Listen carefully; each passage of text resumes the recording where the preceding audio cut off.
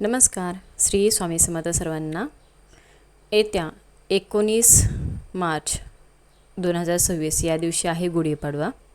म्हणजे बघा, चैत्र नवरात्र कुलदेवीसाठी, तसेच चैत्र नवरात्री कधीपासून आहे आणि चैत्र नवरात्रीमध्ये राम नवरात्रसुद्धा आहे. तर याबद्दलच आपण सविस्तर माहिती आजच्या व्हिडिओमध्ये घेणार आहोत. तर व्हिडिओ कुठेही स्किप न करता शेवटपर्यंत नक्की बघा आणि चॅनलवरती नवीन असाल तर चॅनलला लगेच सबस्क्राईब करा. आता चैत्र नवरात्र आणि राम नवरात्र कधी आहे, कधी सुरू होते ते बघूया. आता चैत्र नवरात्र खरं तर 4 नवरात्र साजरी करत असतो, पण खरं तर जेवढे शारदीय नवरात्र महत्त्वाचे आहे तेवढे चैत्र नवरात्रसुद्धा महत्त्वाचे आहे. आता चैत्र नवरात्रीमध्ये काही कुटुंबांमध्ये घटस्थापना केली जाते, तर काही ठिकाणी फक्त म्हणजे देवीची सेवा केली जाते.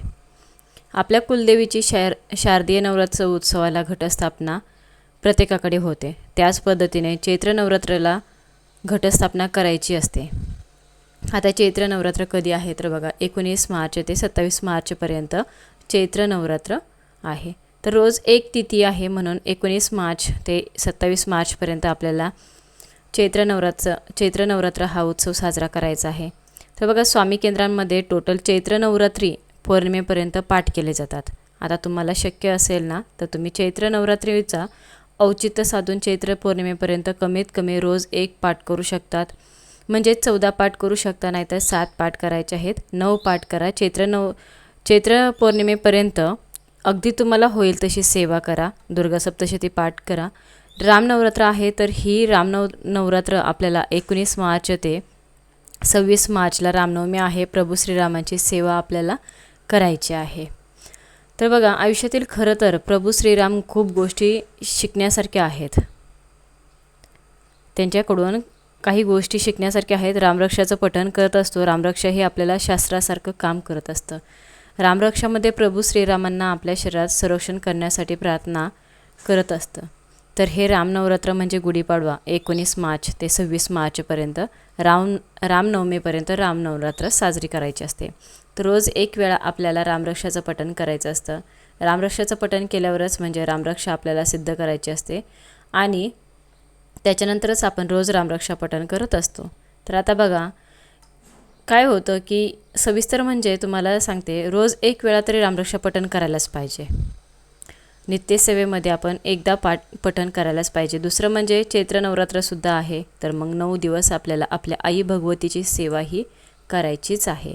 अजून कुलदेवी समजा कोणाकोणाला माहीतच नाही, बरं जर तुम्हाला माहीत नसेल तर कोणाला तरी विचारा. घरात सासूला, आई सासूला किंवा अगदी आपल्या चुलत सासूबाई यांना तुम्ही विचारू शकतात. बघा, जसं आई आपल्या लेकराची काळजी घेते ना, तसंच कुलदेवी आपल्या कुटुंबाची काळजी घेते. म्हणून आता आई भगवतीची सेवा करण्यासाठी लग्न जमत नसतील, अडचणी येत असतील, तर तुम्ही या सेवेमुळेच कुठेतरी अडचणी येतात. ही सेवा कमी आहे म्हणूनच बरं मग आपल्याला आपल्या आयुष्यातील अडचणी निर्माण होतात.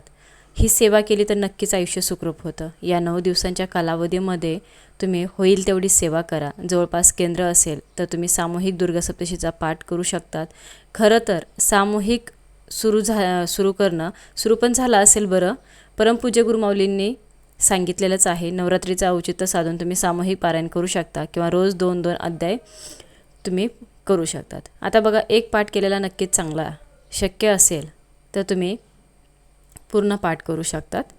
रोज 9 पाठ, रोज एक पाठ करायचा. 1 ते 13 अध्याय तुम्हाला पठण करायचे आहेत. आता दुर्गा सप्तशती ग्रंथाचं सगळं ज्या पद्धतीने आपण शारदीय नवरात्र उत्सव समजा दिव्य कवच अगदी तुम्हाला दुर्गा सप्तशती पारायण कसं करायचं याबद्दलचा व्हिडिओ आपल्या चॅनलवरती अपलोड झालेला आहे, केलेला आहे. 14 पाठ करायचे असतील तर कशी करायची किंवा 9 करायचे असेल तर 9 दिवस सेवा कशी करायची याबद्दलचा, म्हणजे अगदी फक्त दुर्गा सप्तशती पारायणाचे सेवा, पूजा सेवा त्याबद्दलचा व्हिडिओ अपलोड आहे आपल्या चॅनलवरती. आता कुलदेवीची सेवा आपल्याला करायची तर ओम ह्रीम क्लीम चामुंडाय विचे 99 मंत्राचा जप करायचा. कुंजिका स्तोत्र अतिशय सुंदर, अतिशय प्रभावी उच्च कोटीची सेवा आहे, तर तुम्हाला पठण करायचं आहे. आता सिद्ध कुंजिका स्तोत्र म्हणजे बघा यशाची गुरुकिल्लीच आहे.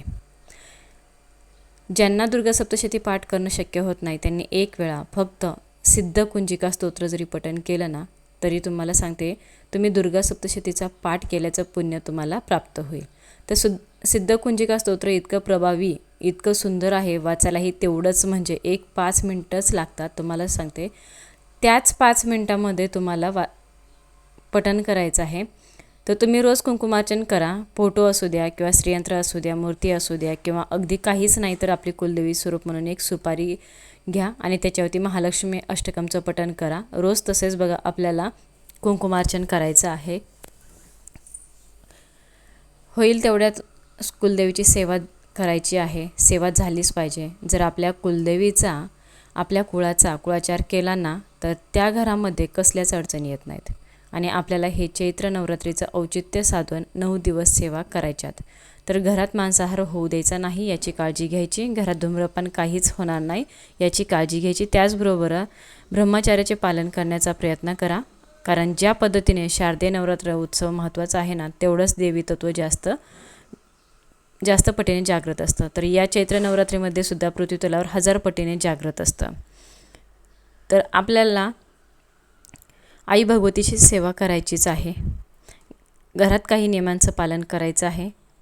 घरातली म्हणजे स्वच्छता करा, जेणेकरून ज्या काही अडचणी असेल त्या आपल्या जीवनातील नष्ट होतील. आई भगवतीची सेवा करायची.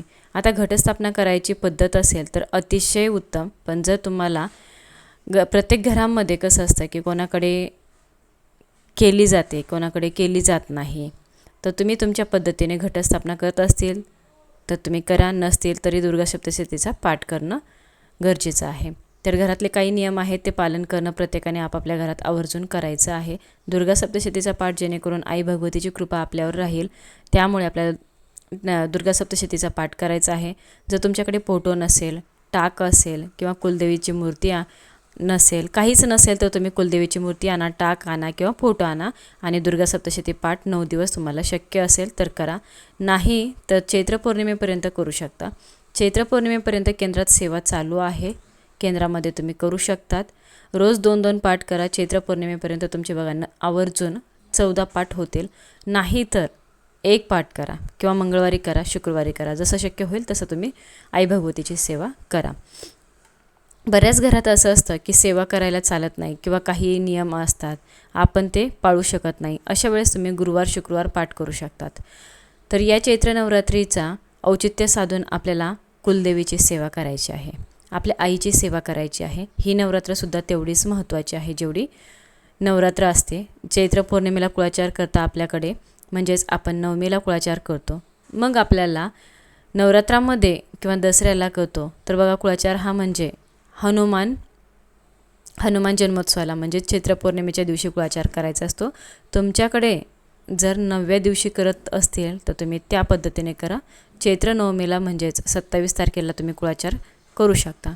इच्छा असेल तर किंवा बघा चैत्र नवमीला काही समजा 16 तारखेला चैत्र नवमी आहे बघा, मग तुम्ही 16 तारखेला आपल्याला समजा 27 तारखेपर्यंत सेवा करायची आहे. पण काही ठिकाणी बघा चैत्र पौर्णिमेलाच कुळाचार करत असतात. प्रत्येक कुटुंबाची पद्धत वेगवेगळी आहे. देवीची आरती, पुरणाचा नैवेद्य, सवासणी जेवू घालणं, तुमच्याकडे काही पद्धत आहे त्या पद्धतीने तुम्ही नक्कीच करा. पण एवढं करा की आपल्या कुलदेवीची, आपल्या आईची सेवा करा. कोणी करत नाही, कोणी करत नसेल तर त्यांना जाऊ द्या, पण तुम्ही सेवा करा. तुमच्या कुटुंबाचं रक्षण आईच करते म्हणून तुम्ही सेवा करा. कुलदेवीची आईची सेवा करायलाच पाहिजे. तुमच्या जीवनामध्ये कितीही मोठ्या अडचणी असू द्या, कितीही मोठं संकट असू द्या, तुम्ही सुरुवात करा या चैत्र नवरात्रीपासून. माहिती जरी नसेल कुलदेवी कुठली आहे तरी तुम्ही आपल्या एका देवीचं म्हणजे मनात आपल्या एका देवीचं माझी कुलदेवी आहे एक देवी असं ठरवा. तुम्ही सुरुवात करायला, सेवा करायला सुरुवात करा. जीवनातील अडचणी किती कमी होतील आणि किती संकट दूर होतील ते तुम्ही स्वतः अनुभव घ्या. दुर्गा सप्तशतीचं पाठ करा. 27 तारखेपर्यंत चैत्र नवरात्र असणार आहे, तर तुम्ही 27 तारखेपर्यंत म्हणजे या 10 दिवसांमध्ये तुमचे 9 पाठ झाले, 3 पाठ झाले, 7 पाठ झाले, अगदी 1 झाला तरी सोन्याहून पिवळा. अशा प्रकारे आजच्या व्हिडिओला आपण इथेच थांबवत आहे. चैत्र नवरात्र तसेच सेवा कुलदेवीची याबद्दल सविस्तर माहिती जाणून घेतलेली आहे. जास्तीत जास्त लोकांपर्यंत व्हिडिओ शेअर करा. शेवटपर्यंत बघितल्याबद्दल सर्वांचं मनापासून धन्यवाद, आभारी आहे. श्री स्वामी समर्थ.